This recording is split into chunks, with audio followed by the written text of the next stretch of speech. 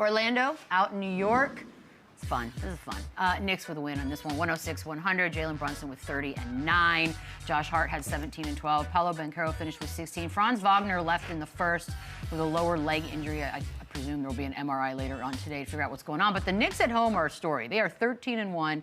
They've won 7 of their last 8. They're 2.5 back of the 1 seed out in the East. And we don't talk a ton about them. And I don't know if it's because, hey, you know what? We know what they are. We'll get there towards the end of the season, Lou. Like, are they just sort of flying under the radar right now? Yeah, they are. And I think that started with how the season began for the Knicks. Like, they were having a fill out part of the season where, you know, they were trying to figure out style of play. What is our identity with this new coach, with how we're going to go about business in New York? And I think they're starting to figure it out, especially on their home floor. You know, if you've ever been around the NBA and you look, seeing these guys have that type of success in New York, you know that that's a team that's very intentional about what they're trying to accomplish.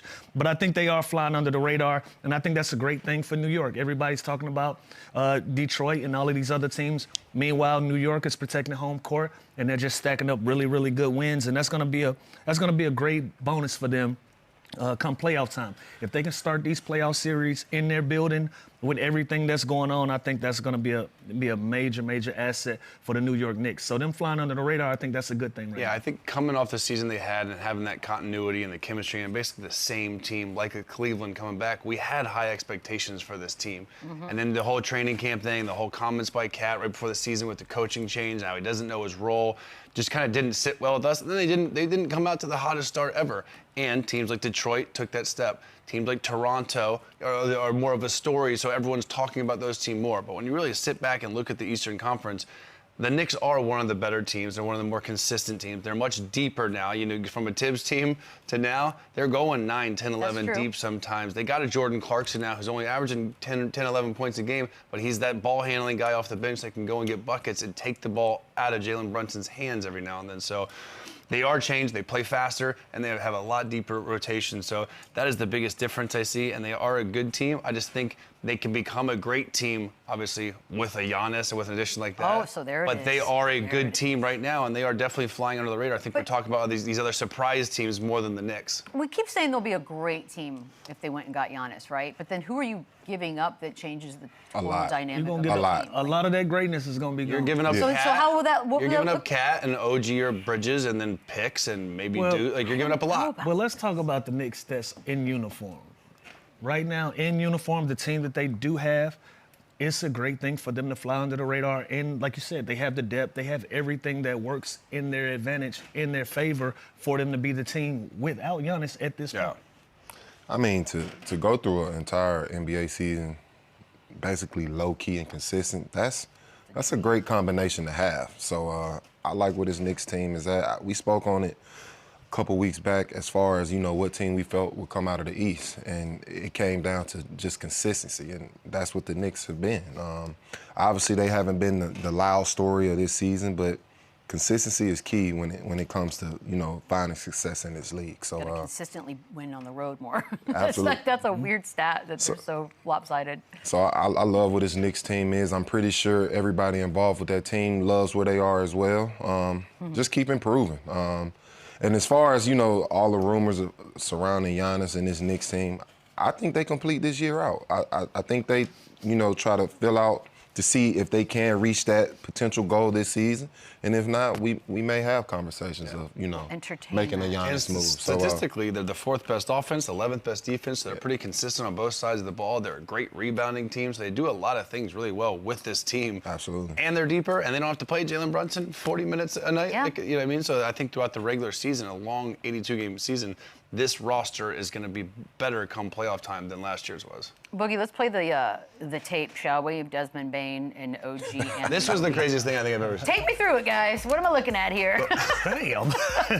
Boogie, have you ever done something? Assault, battery. Oh, That's assault, brother. Yeah. Look, what's up with you, bro? So listen, everyone. Look, OG said, what's up with you, bro? Everyone knows you do this if you're falling out of bounds, you're off bounds. This man took a step towards him, looked down his soul, and pegged him, Boogie. You did this one. You did this one. Yeah. You were falling out of bounds. Where is this falling out of bounds at? Look. This looked like a very balanced man to me. Why would you do that? Yeah, there's just no. I can't rewatch this and think he's off balance there. I really can't. This is No, crazy. they Kudos to angles. OG for not literally. First of all, No, it's not kudos to OG. No. What do you want OG to do? Yeah, punch him in the face. Yeah. No, I think you- I that's- think you- that's I'm not he's in saying trouble. punch him in the face and maybe slap the shit out of him. That's crazy. That's crazy. But now, as it Bees, that's stands, one of the craziest things I've ever seen. Yeah, I'm on not going for basketball. that. I Yeah, understand that's that. crazy. Is there anger? Is it personal? But Bane is obviously. Were there things leading some up before frustration. this play with those two? I don't know. Like, I need Something we more. don't know about if it. there was something leading up to it, they would have went on and had it in. If you hit me with the ball like that, but Well, I think maybe that's OG just- doesn't know there's an issue, but Bane's like, oh, I Not hate to it. mention, you know, like when you fall out of bounds and you throw it, and you kind of tell him sorry, right? He didn't even apologize. Like stared that. at him. That was That was He almost doubled down this on was it. malicious. Yeah. It was The refs dodgeball. didn't even know what to do. Yeah. And you're in New York, which I'm sure was really It fun was for hilarious. everybody involved there. There's another piece of video from this game that I personally relate to in a fun way, is this moment where Josh Hart's got his kid and then gets called in and hands the baby over to Mitchell Robinson.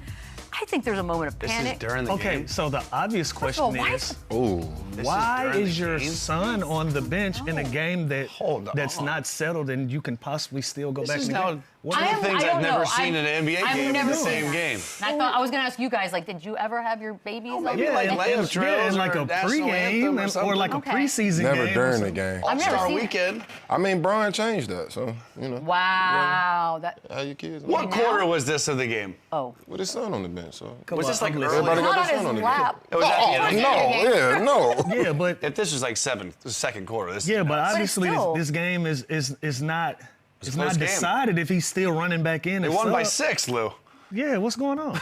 I don't know. This shit is. Yeah, I don't, yeah, that's what's New NBA, man. So we have a bigger issue with the baby being on the bench in the first place because we I are think I have a bigger anti-baby. issue with the baby than him throwing the ball at OG. Huge issue with the baby. We keep saying that sounds worse.